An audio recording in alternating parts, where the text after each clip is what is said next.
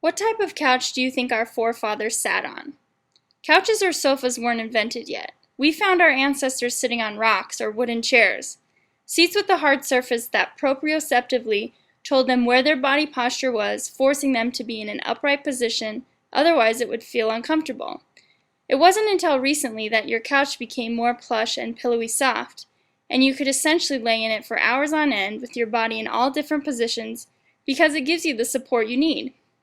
And now, looking at our postures as a society, is all that pillowy soft support hurting or helping us? Let's take this analogy to the foot. As time has gone on, we as humans, who were once barefoot, have evolved into a bipedal mover wearing shoes that focuses on shock absorbing, arch supporting, correcting pronation, supination, and any other ailment that affects the foot. But does all that support help us or hurt us? Doesn't it seem like we are using our shoes as a crutch? Let's take a look at our shoes. What are some of the common things that you see? The first thing you might notice is that all shoes have a higher heel than toe. So initially, we can already see that even just wearing shoes puts you in a plantar flexed state, meaning that whether you are active or just standing there, you are constantly putting stress on the Achilles tendon and posterior leg musculature. And what do we know about keeping a body in a specific position for a long time? It eventually affects the mobility, flexibility, alignment, and posture, as the body is a kinetic chain of reaction. And over time and repetitive use, eventually we create an imbalance in the body. And we all know that balance is the key to life. The second thing you may notice about your shoes is that they are rigid or designed to put the user in a certain foot alignment. And more often than not, they try to direct pronation of the foot the other way. But what have we learned as scientists looking at the foot in barefoot gait analysis? The foot is supposed to naturally pronate so that the body can naturally distribute the weight across the ankle and into the ball of the foot, and even more so through the big toe. The big toe is key to helping us generate power and decelerate all the forces of the body as we walk or run. Let's do a little activity to show you why a shoe that corrects pronation might not allow you to use the big toe and essentially distribute the body weight across the foot. First, taking a look at the foot and its ability to pronate, and therefore the weight distributes over to the big toe. As the foot strikes and leaves the ground, the big toe produces power.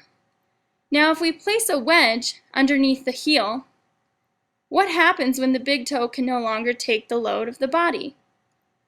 Aren't we stopping impact forces at the ankle and causing even more strain across the joint?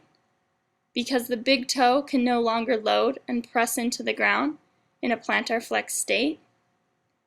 The third thing you may notice about your shoes is that they are rounded and almost somewhat pointed at the top. But are your feet that shape? What is this doing to your toes? In the last phase of a step, we know that as the push-off phase, the load of the body is moving through the forefoot and big toe. When pushing off the ground, all the toes help to stabilize the foot and ankle. Your hand and its fingers are pretty similar to your feet. If you want to understand a little bit about your foot, what it may be going through, tape your fingers together as if they are your toes in your own shoe. Now try to extend your fingers as you push against the surface. Your ability to produce power and distribute load across all of the fingers becomes limited.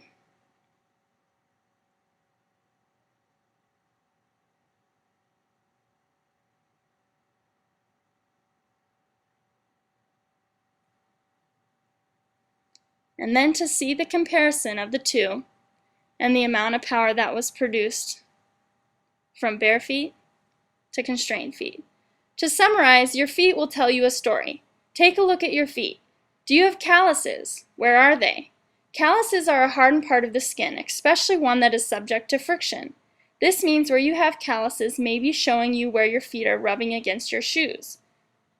Do your toes spread out, or are they tightly close together? If so, your shoes may be limiting your ability to distribute load across the whole foot and can be affecting your balance and power. Now take a look at your shoes. What is the wear pattern? Does the bottom wear down at the heel, on the outside edge of the shoe, or on the inside edge? Now let's try this activity. We're going to trace our foot on a piece of paper while placing all our foot all the weight of our foot down, just like we would when wearing a shoe. Once you've traced your foot, cut out the traced foot. Take your shoes that you wear most frequently and place your traced foot inside of it, or on the shoe insert.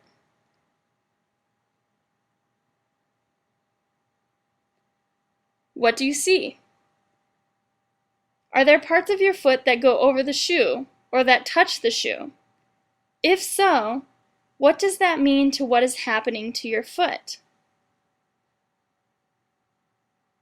Now think about what happens to your foot when you run or when you walk, and the increased force that is applied to the foot when you do run or walk. And essentially, your shoe can be impacting your gait altogether.